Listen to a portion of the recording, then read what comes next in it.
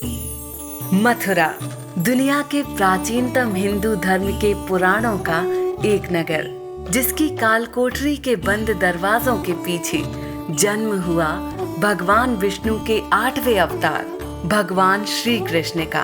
अगर मान्यताओं और दंत कथाओं की माने तो ये शहर 6000 वर्ष पुराना है, और अगर इतिहास की माने तो 2500।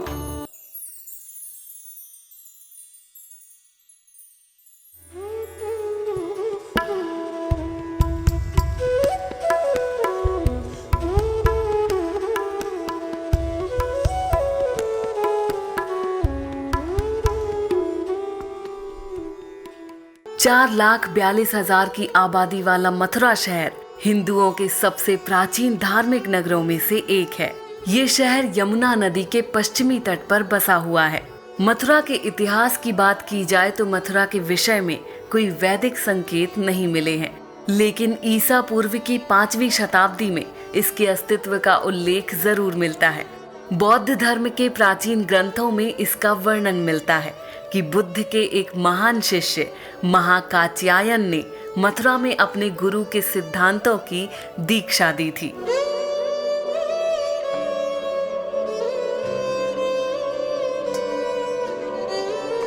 चंद्रगुप्त के समय में भारत आया यूनानी राजदूत मेगास्थनीज भी मथुरा के बारे में जानता था।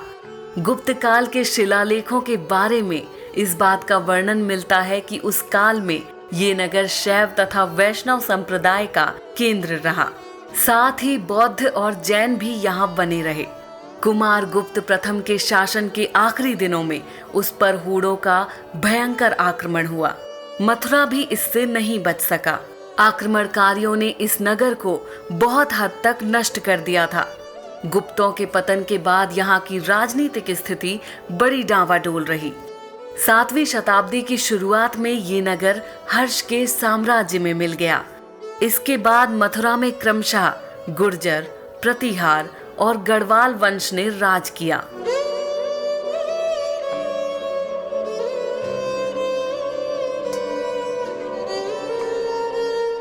इसके बाद सन 1017 में महमूद गजनवी ने यहाँ आक्रमण किया। ये उसका 9वां आक्रमण था। उसने मथुरा में भगवान कृष्ण का विशालकाय मंदिर भी नष्ट कर दिया था। हूण आक्रमण के बाद दूसरी बार मथुरा का विनाश हुआ। 11वीं शताब्दी का अंत होते होते मथुरा गढ़वाल राजवंश के हाथों में चली गई। इस वंश के अंतिम शासक जयचंद्र के शासन के समय मथुरा मुसलमानों के हाथों में चली गई। यूं तो मुसलमानों के शासन में मथुरा कई 100 सालों तक उपेक्षित पड़ी थी, लेकिन बाद में अकबर और जहांगीर के शासनकाल में यहाँ कुछ भव्य मंदिरों का निर्माण हुआ। लेकिन औरंगजेब की कट्टर मजहबी नीति ने मथुरा का सर्वनाश कर दिया। उसने यहाँ के प्रसिद्ध जन्म स्थान को तोड़कर वर्तमान मस्जिद बनवाई और मथुरा का नाम इस्लामाबाद कर दिया। लेकिन ये झूठ भी उसके शासन की तरह ज्यादा दिनों तक नहीं चल सका।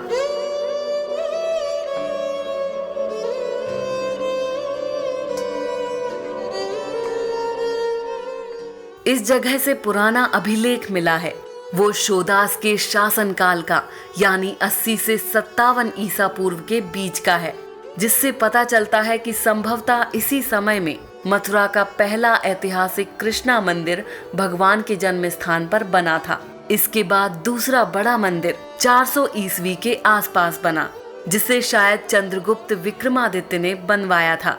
लेकिन इस मंदिर को मुसलमान आक्रमणकारी महमूद गजनवी ने 1017 ईस्वी में गिरा दिया था।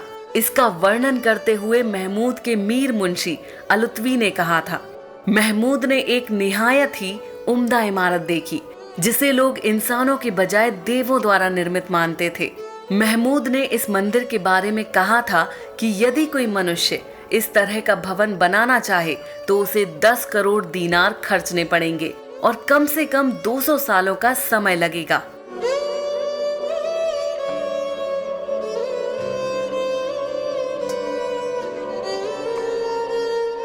कटरा केशव देव से प्राप्त एक शिलालेख से पता चलता है कि 1150 ईस्वी में जब मथुरा पर महाराजा विजयपाल देव का शासन था, तब जज नाम के एक व्यक्ति ने कृष्ण जन्म स्थान पर एक नया मंदिर बनवाया, लेकिन ये मंदिर भी सिकंदर लोधी के समय में नष्ट कर दिया गया। 12वीं सदी से 15वीं सदी तक मथुरा दिल्ली के सुल्तानों के हाथ में रही, लेकिन इस काल में बस मथुरा का पतन ही होता रहा। लेकिन 1556 से 1605 के बीच अकबर के शासनकाल में मथुरा में सुधार आया। कई मंदिरों का निर्माण हुआ। ब्रज साहित्य भी अष्टछाप के कवियों की छाया में फला फूला।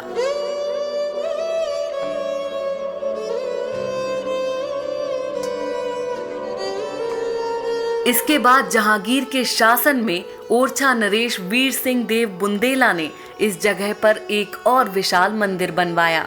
इस मंदिर के बारे में कहा जाता था कि जन्माष्टमी के दिन जब इस पर दीपक जलाए जाते थे तो उनका उजाला आगरा शहर से अच्छी तरह से देखा जा सकता था।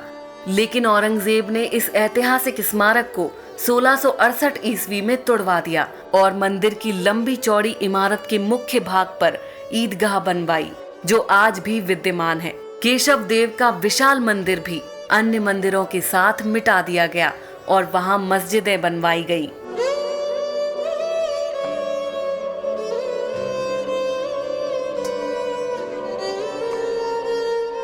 (1757) ईस्वी में अहमद शाह अब्दाली के आक्रमण के समय एक बार फिर मथुरा को बुरे दिन देखने पड़े। इस क्रूर आक्रमणकारी ने 7 दिनों तक मथुरा में भीषण नरसंहार किया।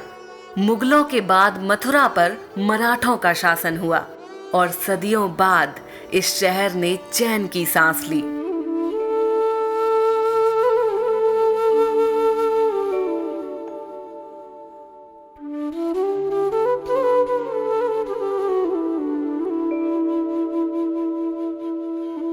इसके बाद लॉर्ड लेक ने सिंधिया को हराकर मथुरा आगरा को अपने अधिकार में ले लिया। सन 1803 तक मथुरा मराठों के अधिकार में रही। 30 दिसंबर 1803 को अंजनगांव की संधि के अनुसार यहाँ अंग्रेजों का अधिकार हो गया, जो 15 अगस्त 1947 तक बरकरार रहा।